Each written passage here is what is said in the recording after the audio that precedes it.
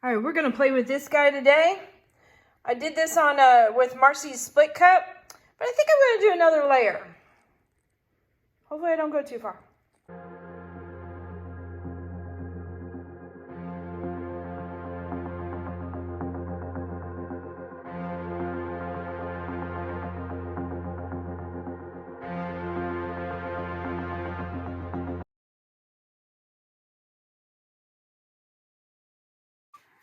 Howdy Howdy, this is Clara Lawrence.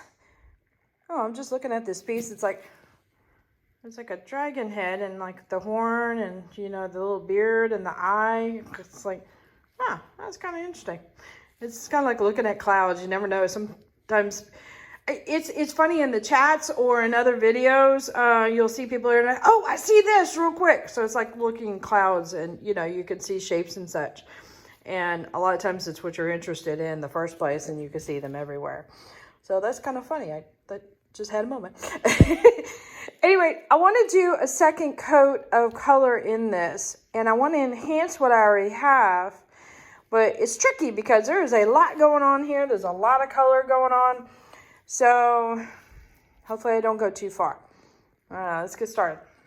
All right, first things first, since this has been sitting for a bit, it's definitely cured up, but I want to rough up the surface just a little bit. I don't believe I had any gold in there, so you have to watch out with some golds or metallics, because some of them will be on the surface of the resin, and so when you're scuffing it up, you can scuff up some of your metallics, but not all the metallics.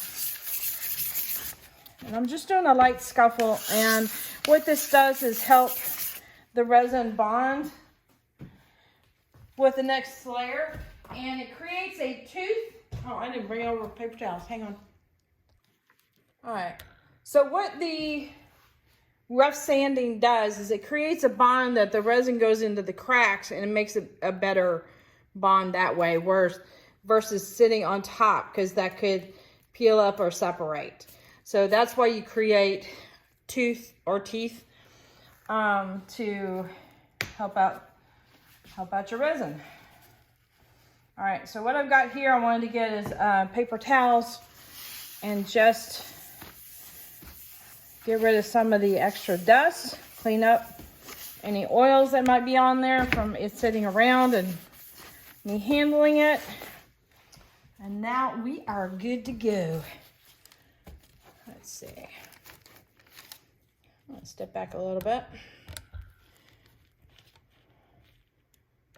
There we go. I like to have it as close to full frame as I can so that you can see as much going on. You know, once I spotted the dragon, now I can't unsee it. Now I am seeing teeth. Nope, I'm still gonna go for it. Okay. So I've got a little bit of clear left over from a project, and I'm just gonna use that up to do a clear coat to start with. My go-to resin that I use for any of my art paintings is Stone Coat Countertops, and their version of it's called Art Coat for creating artwork. And I use that because it's got extra long working time, which I am utilizing today, which is like 2+ hours. And I think I'm on hour 15 mark right now. So it's already starting to thicken up really good. But I have pushed it to like, I think my top is 2 hours and 15 minutes. Anyway, but the other reasons why I like it is mainly the UV. Yeah, the working time is a big plus, I'll tell you that.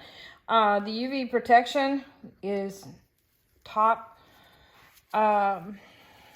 And no VOCs, as well as creating functional art. I want it to not have many limitations for people. You know, once they read your instructions, you know, be mindful of this and that, you know, they're going to put that away. They're not going to keep the instructions. It's probably going to go in the trash.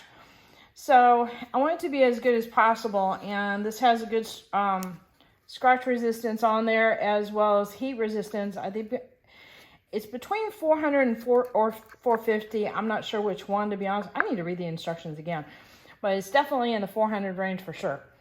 So that definitely exceeds a lot of things, like things coming off the stove and going right onto the counter. And in fact, they did a test where they did just that with a pot, and I was thoroughly impressed. All right, am I going to need any more of that?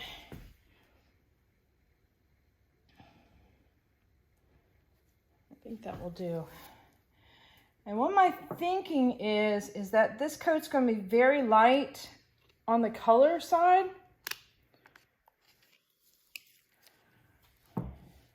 I mixed up a huge batch, and I put my resin into a bunch of different cups so that way it doesn't overheat in my large cup. Because once it starts overheating, it'll kick in the curing process real fast.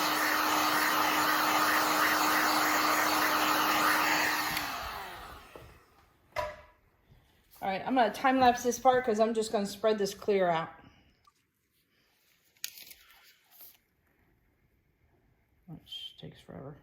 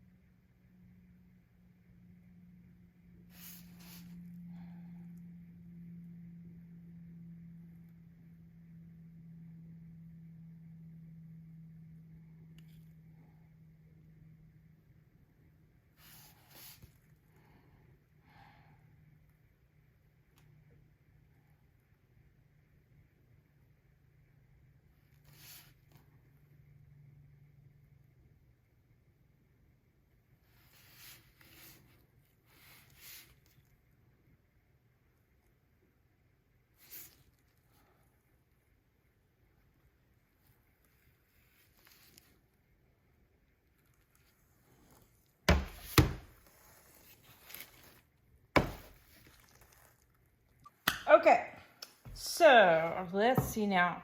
What I'm thinking of doing is, this is mostly going to be a clear coat with a little bit of accent of color, if I can pull off a little accent of color. I've got a purple that's very dark like this. I've got a different type of pink that's kind of like in that mid-range.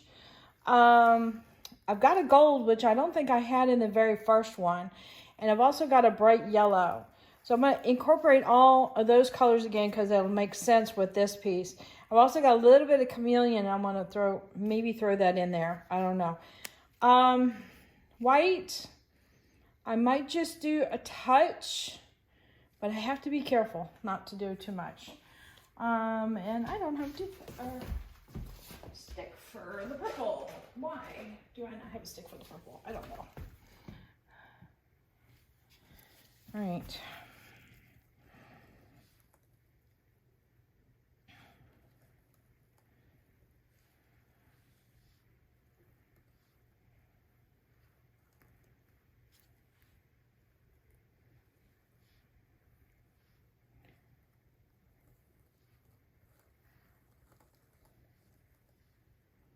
All right, the purple I'm going to be putting down the most of because it's color passion and it has the ability to make cells when the other colors go over it.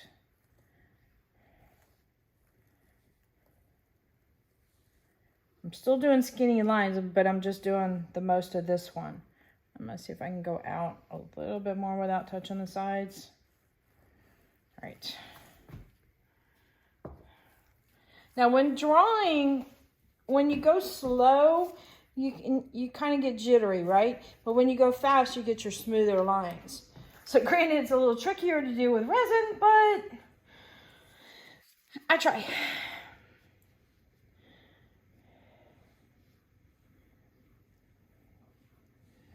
You can tell this resin's thickening up because I'm getting a really long lines out of this.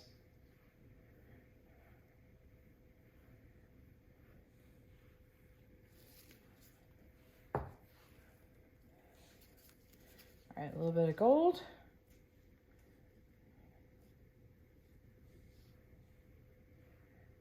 Okay, I don't even know if that's even dripping down. There we go.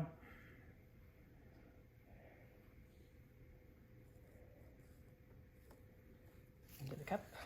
All right.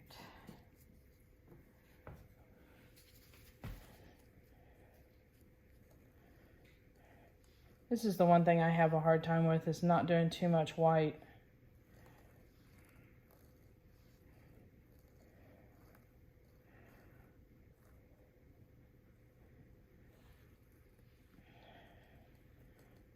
I like a couple bands of thicker whites. Okay, I'm gonna stop there. That's pretty good for me. Okay. Here is the bright yellow. Now I'm going to do the bright yellow in a couple different areas and make a huge mess. Okay, so I got some resin up on the sides of this. I'm not worried about it. When I'm done with my pour, I'll go around the sides with a rag with some alcohol in it, and then I'll take that right off. Now, if you do it after it's cured, well, then that didn't do anything. All right, so this is Chameleon, and this is Dalmatian Obsession. So it's just going to add a little bit of sparkle lines in here. But it's fairly on the clear side. All right, so let me hit that with a heat gun.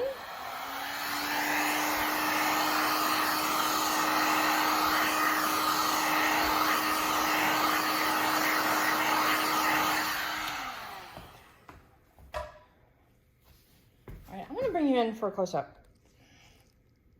Oh, it finally happened. I got resin on my phone. Okay, so why I wanted to bring you in closer, I'm gonna zoom you in a little bit, is you see how I got a lot of skinny little lines? So there's not really a whole lot of color in there. There's a lot of color in the background. So the next step is going to be manipulating this color and how it's going to look. I'm not going to leave it like skinny little lines and little jiggly messes and such like that. So, oh, it looks like a little snake. This is where the next step comes into play. All right, I've got my little trusty silicone brush that I am going to hit this and manipulate these colors around. Make the cup to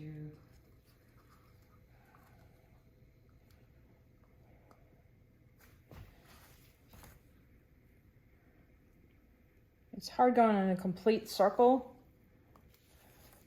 so don't even try. Just break it down. And you can use the edge, like the corner, or you can use the full face of it. All right, now I gotta be careful not to overdo it, or else I start to get mud. All right, I'm gonna break this area up a little bit. Let's see. Make it any better or not? I don't know.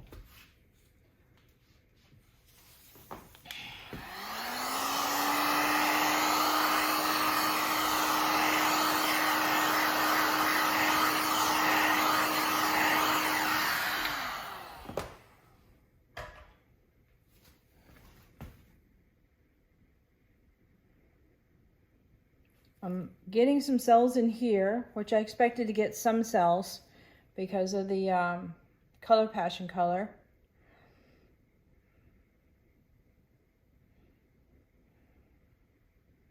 You know what I'm thinking about doing is adding some more clear in there.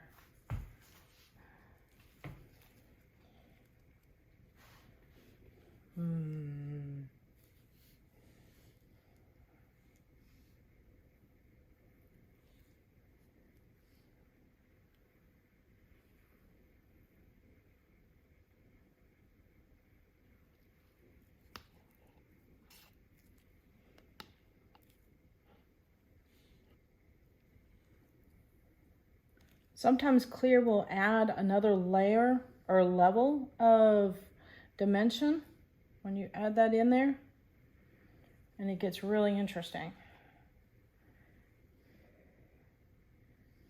It'll push through the colors.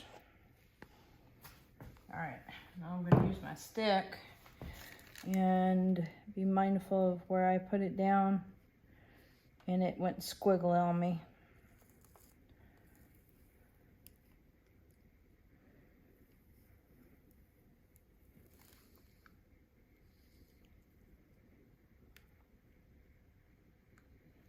All right, I just cut through the squiggle just a little bit, just to break it up, and it creates that little marble effect also, and I'm okay with that. Oh, I almost need to fill this guy up.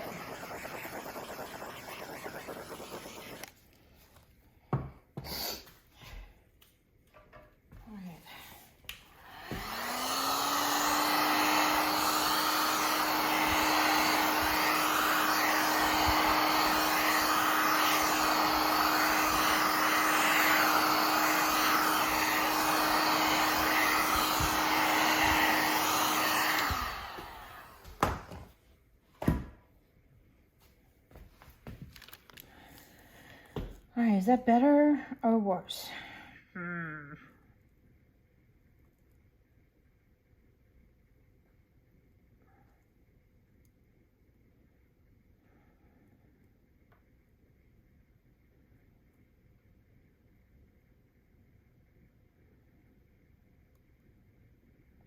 I've got two different things going on here, and I'm concerned about that.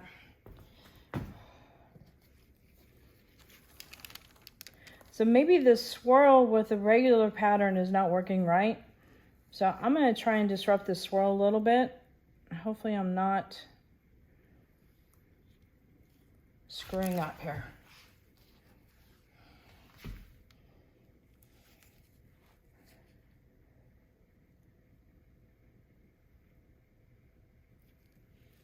Oh, I big time touched the sides.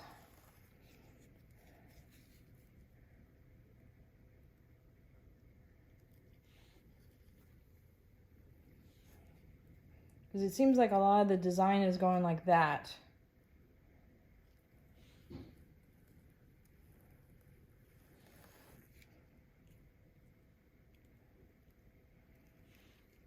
I'm also picking up a lot of color too.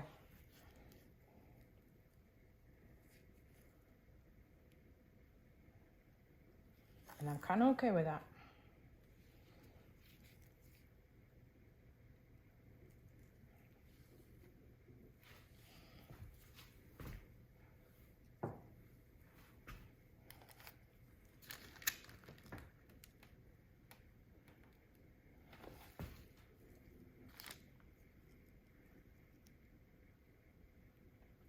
There's some chameleon right there that I hadn't mixed in.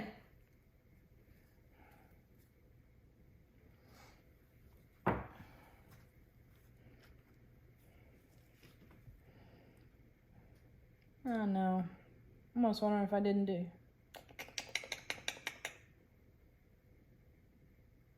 I'm not liking this. Okay. I'm not liking this at all.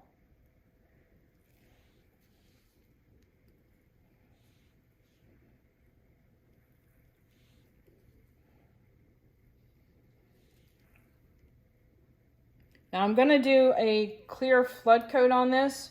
So if there's any pits that come up from me not having enough resin on here, that will be remedied with the flood coat. All right, that's already looking a lot better there. Just, I think I had too much color that I added.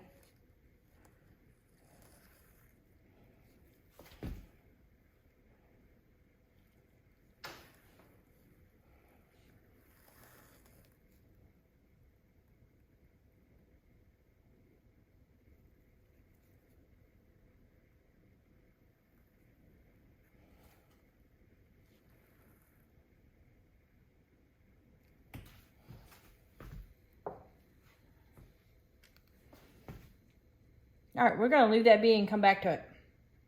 Yep, definitely. All right, I'm gonna bring you in for a close-up as it is right now.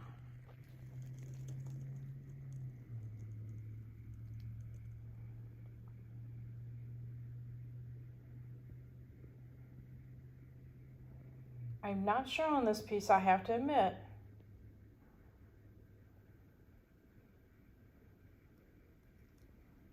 But we're gonna let it cure and see what happens.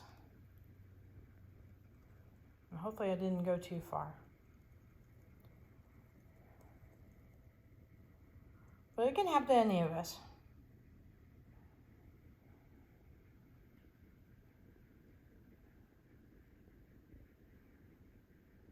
I think if this was on a base without the other colors, it would have been really, really pretty. But with the busyness of the first layer, that's the part that is unsure of. All right, cure well my tray.